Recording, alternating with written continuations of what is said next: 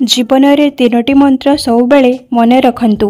प्रथमे आनंदरे काहाकू प्रोमिस करंतु नाही। द्वितीय क्रोधरे थिला बेले केबे उत्तर दियंतु नाही।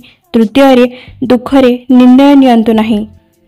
मन रखंतु बाणी रे कथा मध्य समस्या रे पकाई थाए। बेसी मिठा होइथिले मिथ्या होइथाए एवं सत्य सबुबले कड़ा होइथाए।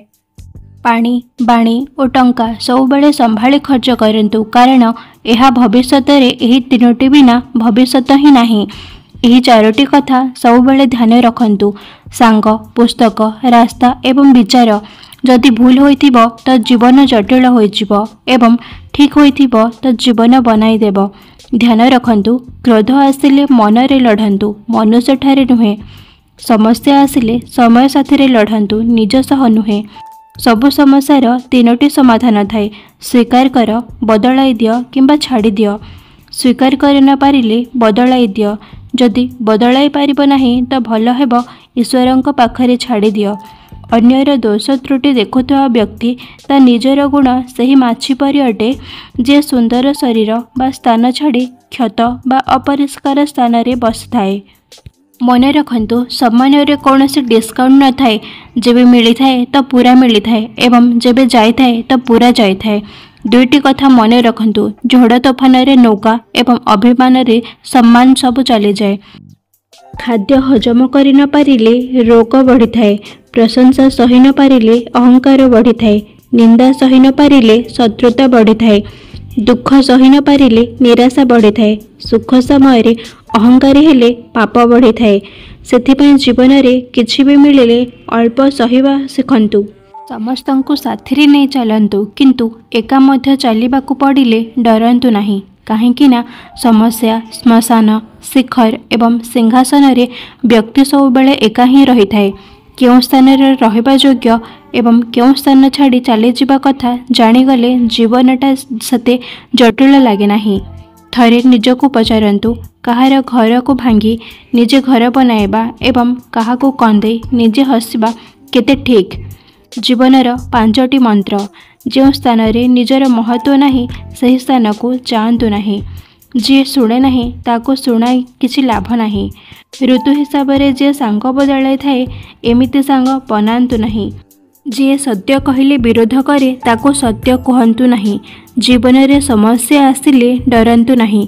मन रखंतु, जेते बेले खाद्य समाप्त हो जाए प्लेट असना लगे, ठीक सेमिति स्वार्थ सरीगले मनीष खराब हो जाए।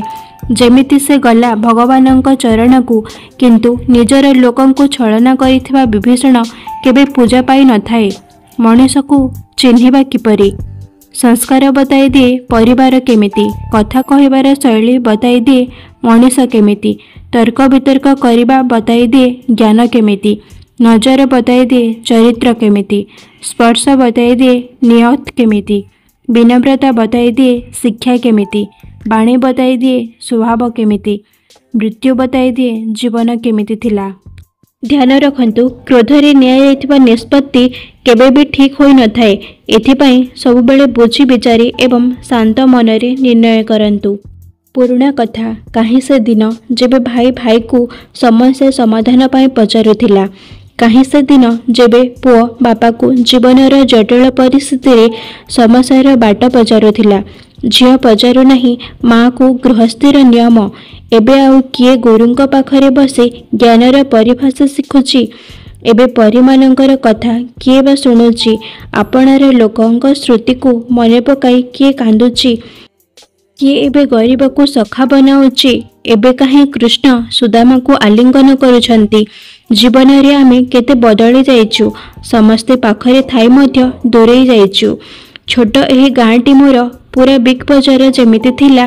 गोटे नई, गोटे भंडारी, गोटे शिल्पकारी थिला। छोट छोट घर थिला, किंतु सब मनीषर बड़ हृदय थिला। कौनसी घरे रुटी खाई नैथिलु, सबु घरे भोजन तैयारी हेउथिला। जीवन रे केबे भूलंतु नहीं एही संपर्क को। माँ भाभी थाए पुओ आज भोकिला न रहू एवं बापा भाभी थाए पुओ काली भोकिला न रहू। जीवनर कटु सत्य, यह प्रकृतिर नियम अटे। अंधार रे मनुष्यर छाई मध्य साथी रे न थाए। ठीक सेहीपरि निज लोक मध्य साथी रे सबुबेले न थांती। सेमिति समय धैर्य एवं संयम काम करंतु।